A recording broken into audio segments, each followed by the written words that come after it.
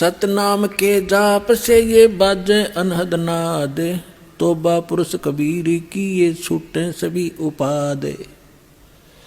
अब उपाद माने ये बेमतलब की बकवादें जो आप कर रहे हो, ये करण की कोनी। जैसे किसी पंथ में आपने देखा 4 क्रिया बताते हैं, ये सतपाल जी उसका अंसा देश वाले उसका भाई बाल योगेश्वर कहें जिसको प्रेम नाम है उसका, ये क्या बताते हैं? 4 क्रिया बताते हैं। अकल देखो इनकी।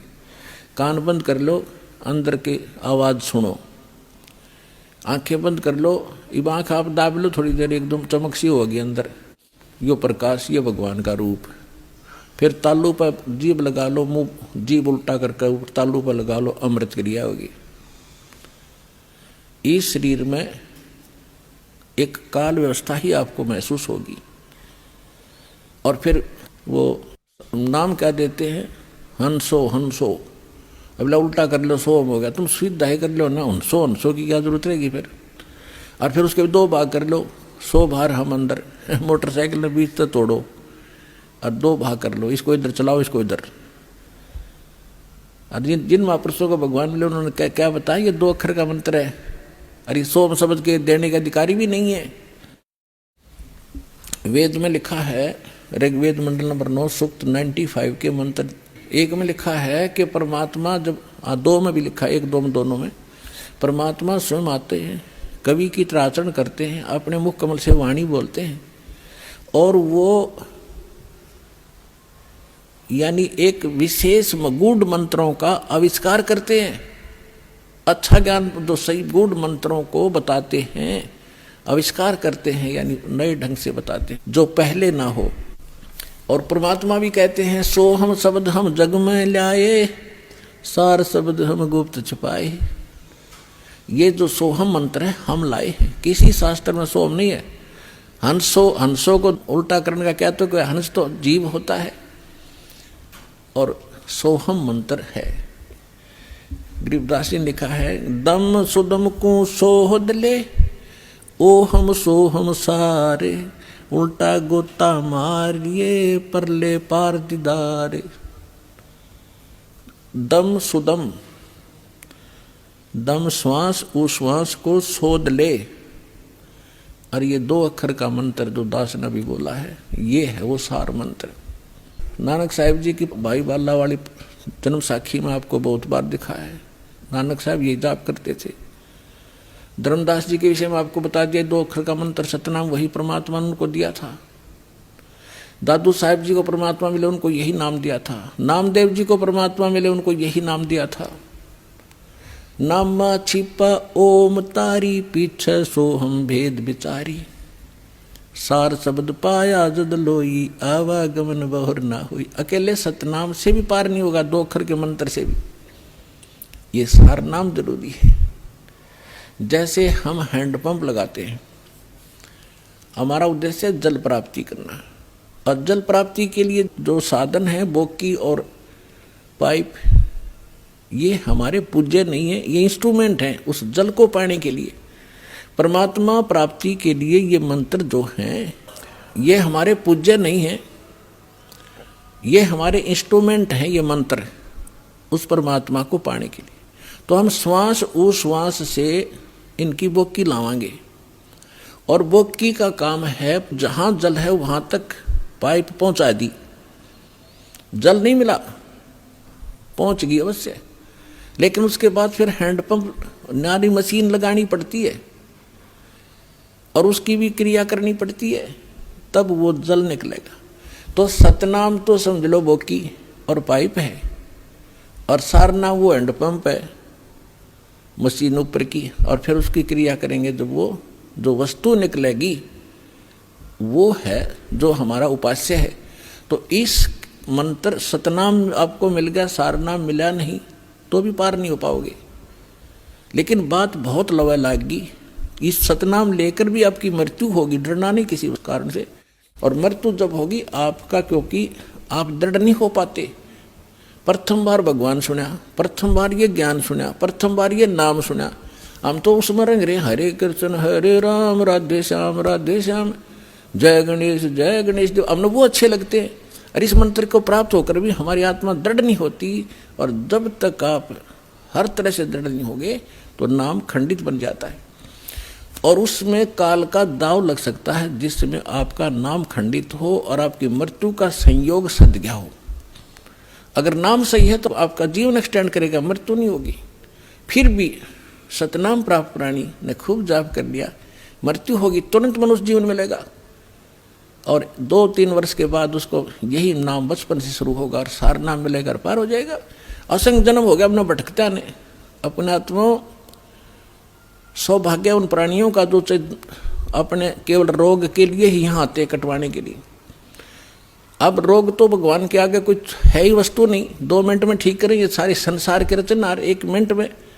जब गोरखनाथ जैसे मुर्दे जिंदा कर सकते हैं, ये क्या नहीं कर सकता, एक सोचने की बात है।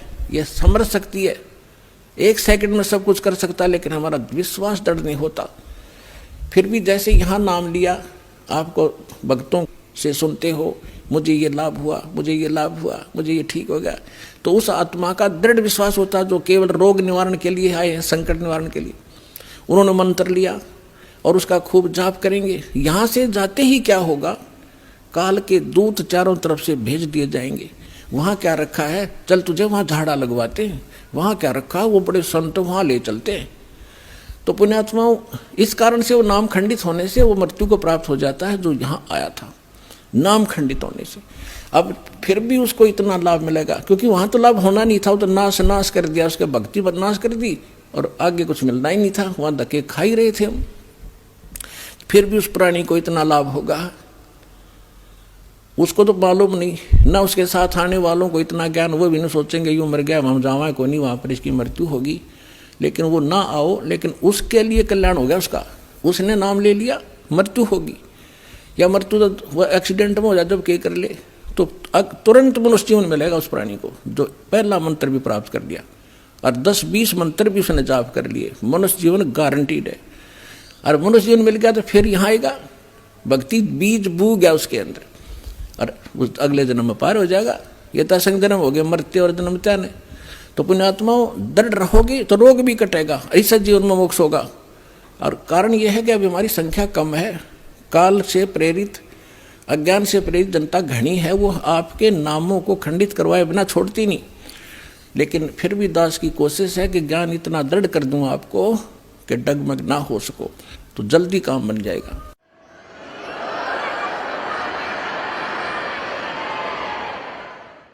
कहते हैं, अब जैसे प्रसंग चला था, जैसे कान बंद करके धुन सुनते हैं, धुन कि हमें धुन सुनती है और न धुन। अब नाम तो तुम जाप क्या करते हो और धुन सुनने का दावा करते हो, हमने सतलोक वाली सुनगी। अब धुन क्या चीज है और मंत्र क्या चीज है। जैसे एक ढोल होता, ढोलक, ढोलक के बजाने का एक विशेष डंडा सा होते हैं, छोटे छोटे डंड की ही, और उनको ही लगाने से, बजाने से उसकी वो वही आवाज निकलती है जो ढोल की होनी चाहिए। और उस ढोलक के उन विशेष डंडियों की बजाय अगर जूते निकाल के मारने लग जाओगे, उनकी भी आवाज आवेगी, लेकिन वो विशेष डंडी वाली नहीं आवेगी। वो सुर में सुर नहीं मिला सकती उस बाजे उन औरों के साथ, तो वो व्यर्थ है, उसको भगा दिया जाएगा। क्या बकवास कर रहा है तू, तेरा सुर में सुर नहीं मिल रहा। तो जो ये नाम जाप करते हैं काल के, धुन सुनते हैं इसमें, तो वो ढोल का जूते वाली आवाज सुन रही है, उनको वो आवाज भी ना सुन जो वास्तविक सुननी चाहिए। तो इस सत्य नाम के जाप से जो आपको यहाँ धुन सुनेगी, लेकिन इस धुन को सुनकर हम करेंगे क्या? हमने तो वहां जाना जहां से धुन आ रही है, ये धुन न चाटेंगे हम, कोई बात है? हम तो वहां जाएंगे जहां से धुन यहाँ आ रही है, वहां पहुंचेंगे, तब जाकर बात बनेगी। अब जैसे ये संसारिक लोग ढोल ढाल बजाते हैं, कब? जब विवाह होता है। अब हम गांव के बाहर बैठ कर ढोल सुने जाकर, ढोल सुने भाई, तो क्या वहाँ लड्डू जलेबी मिल जाएंगी? लड्डू जलेबी तो वहाँ मिलेगी जहाँ वो ढोल बज रहा है, वहाँ जाना पड़ेगा। तो इस प्रकार हमने सतलोक जाना पड़ेगा, वहाँ सब सुख प्राप्त होंगे। इस धुन से कोई लाभ नहीं, बजो सुनो ना सुनो। आपको जो मंत्र दे दिया, इसे अपने आप वो बज रही है, अपने आप सुर खुलते चले जाएंगे। इसमें असंख्य धुनें हो रही हैं शरीर के अंदर, वो धुन न्यारी है इनसे। कोई है रे परले पार का, जो भेद कहे झनकार का। गरीबदास जी कह रहे हैं कोई है उस परले पार का, यहां मुझे बताओ, और वो धुन का भेद बताओ, जो धुन वहां है परले पार यानी सतलोक में। ये नकली धुनें हैं यहां पर जो तुम सुन रहे हो, ये धुन वो नहीं है। गरीबदास जी क्या कहते हैं, कोई है रे परले पार का, जो भेद कहे झनकार का। कोई है रे परले पार का, परले पार यानी सतलोक में कोई गया हुआ वापस आया हुआ हो तो बताओ मुझे। ये खुद होकर आए थे, उस धुन को सुनकर आए थे, कानों से सुनकर आए थे। कोई है रे परले पार का, जो भेद कहे झनकार का। झन मानुष झनकार मानुष धुन का। वारही गोरख वारही दत्त, वारही धरु प्रहलाद अर्थ। ये तुम्हारे गोरख भी इधर ही वारवन उरली साइड। वारही गोरख वारही दत्त, दत्त मान दत्तात्रेय जी, और ध्रुव और प्रहलाद ये सभी इधर ही हैं, काल के ही जाल में हैं। वारही गोरख वारही दत्त, वारही ध्रुव प्रहलाद अर्थ। वारही सुखदेव वारही व्यास, वारही पाराशर प्रकाश। वारही दुर्वासा दरवेश, वारही नारद सारद शेष। वारही भर्तरी गोपी चंद, वारही सनक सनंदन बंद। वारही ब्रह्मा वारही इंद्र, वारही संस कला गोविंद। वारही शिव शंकर जो संभ, वारही धर्मराय अर्भ आरंभ। वारही धर्मराय धर धीर, परम धाम पहुँचे हे कबीर। रग यजुषाम अथर वेद, परम धाम नीलय हा भेद। अलल पंख अगाध भेव, जैसे कुंजी सुरती सेव। वार पार थे हाना था, गरीबदास निर्गुण निगाह। अब क्या बताते हैं आदरणीय गरीबदास साहिब जी, परमात्मा से परिचित होकर सतलोक में वो धुन सुनकर वापस आए तो वो कह रहे हैं, कोई है रे परले पार का, जो भेद कहे उस धनकार का। वार ही गोरख, वार ही माने उरले तरफ, वार ही गोरख, वार ही दत्तात्रेय, और वार ही ध्रुव प्रहलाद, वार ही सुखदेव, वार ही व्यास, और वार ही पाराशर प्रकाश। पाराशर प्रकाश माने जो पाराशर जी ने एक पुराण लिखी है, उसको पाराशर का ज्ञान बताते। यानी इन पुराणों के और वेदों के सबके राइटर हैं कौन? व्यास जी। और ये ज्ञान व्यास जी का अपने सत्र का, वो तो पुराणों में है। वेद ज्ञान और गीता ज्ञान जो है, ये वेद व्यास के सत्र का नहीं है। वेद व्यास जी के अंदर एक ऐसी एक गुण दृष्टि दे दी जाती है, दिव्य दृष्टि, जो भी हम वचन शब्द बोलते हैं ये कभी नाश नहीं होता। ये ब्रह्मांड में घूमता रहता है, पूरे के पूरे सेंटेंस घूमते रहते हैं। अब भाषाएं बदलती रहती हैं, जिस कारण से वो आज ऋषि नहीं समझ पाते। तो परमात्मा एक ऐसा गुण देता है अपने ज्ञान को लिपिबद्ध कराने के लिए, जो वेद व्यास में दिया था। और उन्होंने वेदों को जो भी जैसा था एज इट इज लिख दिया, उसमें अपना कुछ भी नहीं मिलाया। फिर उससे हट करके पुराण भी उन्होंने जिसने जैसा बोला था, गीता ज्ञान जो श्री कृष्ण के अंदर से काल जो बोल रहा था, उसको व्यास जी नहीं पहचान सके। श्री कृष्ण में जो काल बोल रहा था, श्री कृष्ण के शरीर का प्रयोग करके जो वार्ता अर्जुन और उस श्री कृष्ण के मुख से बोल रहे उस ज्ञान की हुई थी, वह जो भी थी एज इट इज लिख दी उसने। जो संजय ने बोला, धृतराष्ट्र ने बोला, फलाने ने बोला, वो सारा कुछ लिख दिया। इसमें इसका अपना कोई रोल नहीं। और इसका रोल होता फिर ये, इसमें पूछता है ये देवी पुराण के अंदर